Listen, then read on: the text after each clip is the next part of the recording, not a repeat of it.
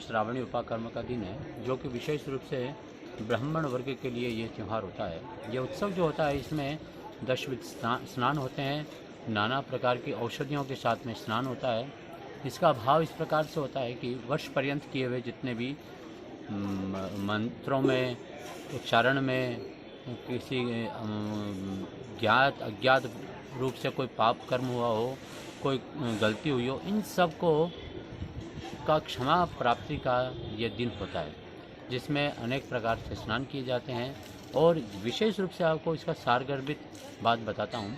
जिस प्रकार से एक मोबाइल को चार्ज करने के लिए आपको 24 घंटे में एक बारी पावर सप्लाई देनी पड़ती है, उसी प्रकार से ब्राह्मणों के द्वारा किए हुए गत एक वर्ष के जितने भी कुछ अपराध हुए हों, जो गलतियाँ हुई, उन सब के पापों का शमन करना और पुनः रिचार्ज होने का ये त्यौहार होता है।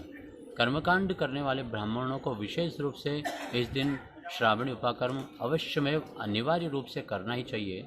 अगर वो नहीं करते हैं तो ये भार वो अपने स्वयं के ऊपर वहन करते हैं। जो ब्राह्मण कर्मकांडी ब्राह्मण श्रावणी उपाकर्म नहीं करता है, दशविध स्नान नहीं करता है, उन्हें कर्मकांड कराने का भी अधिकार नहीं होता है, ऐसा शास्त्रीय प्रावधान है। जय श्रीमन नारायण, जय पुष्कराज महाराज। आपका नाम? आज वराह घाट पर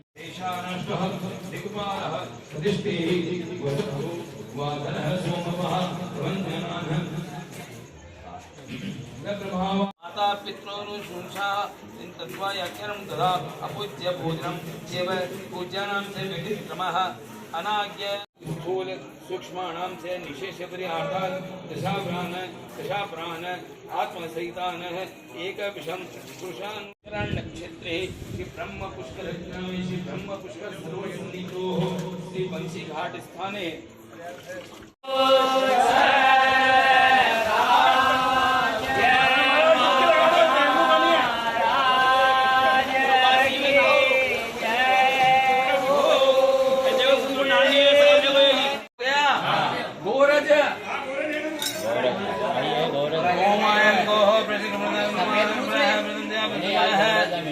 अरे भाई धान्य सब तो धान्य पड़े हैं आपके पास, दान पड़े, शिव मंदिर कर लो। ओम दानम से लिए सर्वेश्वरंभकार्येषु त्रयस्त्रिभुवनेश्वराः विनायकं गुरुं भानुं शोकवती भोगवती सिद्धवती गांधर्वती कांचमंचलकावती यशोवती पुण्यपुरी प्रतिष्ठिते लोकालोकाचलबलिते लवणेक्षुसुरा सर्पितधिक्षीरोदका। और दोहराते जाना है मेरे पीछे। बोलिए ममा जन्मनि जन्मांतर युवा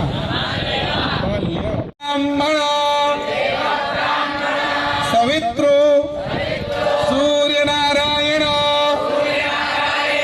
ब्रह्म पुष्कर तीर्थगुरु पुष्कर राज वेद पाठी ब्राह्मण सन्निधौ पुष्कर तीर्थे स्नानमहं करिष्ये। संकल्प भगवान को साक्षी मान करके छोड़ दीजिए। पुनः हाथ में संकल्प लेना है। सुंदर अर्थ बता रहा हूं इस मंत्र का, तुम बात करके गा रहे हो। गाय के लिए कहते हैं शास्त्रों में, आप जंगल जंगल में घूमती हैं, जहां जानो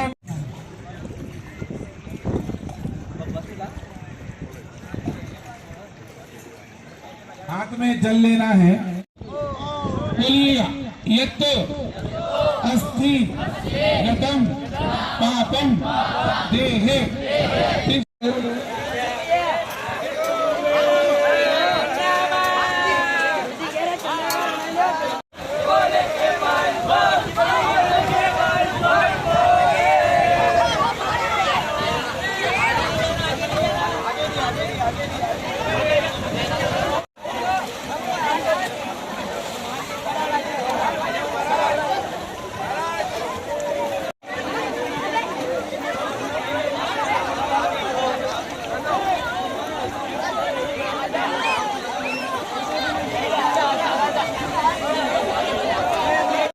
छात्र जो जाएंगे नहीं, आप जाना ही नहीं है। अब जो भी स्नान करना है घर में चल के कर लें। बैठो, चलो अपने साथ चलो। जय श्री कृष्णा। मैं आचार्य ब्रजेश तिवारी, ब्रह्मा सावित्री वेद विद्यापीठ पुष्कर से मैं छात्रों को वेद पढ़ाता हूँ। हमारे यहाँ 140 छात्र हैं और 10 अध्यापक हैं। यहाँ पर आज सर्वप्रथम आप सभी को आज श्रावणी पर्व और रक्षाबंधन की हार्दिक शुभकामनाएं। हम जहाँ उपस्थित हुए हैं यह तीर्थ गुरु पुष्कर राज का बड़ा परम ही दिव्य स्थान है और भगवान तीर्थ गुरु पुष्कर राज के सानिध्य में हमें यह श्रावणी पर्व उपाकर्म यह मनाने का अवसर प्राप्त हुआ है। आज श्रावणी पर्व क्यों कहते हैं? क्योंकि यह श्रवण नक्षत्र पर मनाया जाता है और श्रावण महीने के पूर्णिमा को यह पर्व मनाया जाता है। इस पर्व के अवसर पर हेमाद्री संकल्प होता है। हेमाद्री संकल्प कहते हैं, उसमें हम आज जहाँ बैठे हैं सृष्टि के आरंभ से और इस स्थान तक किन किन स्थानों को पार करके और किन किन लोकों को पार करके हम यहाँ बैठे हैं, इस स्थान का उच्चारण कर लिया हमने, जिसमें ब्रह्मांड में हम कहीं भी हैं यह मालूम पड़ गया कि हम यहाँ बैठे हैं। संकल्प हुआ। इसके बाद में दशविधि स्नान कहते हैं। यहाँ पर हल्दी से स्नान करते हैं। हल्दी अर्थात औषधि।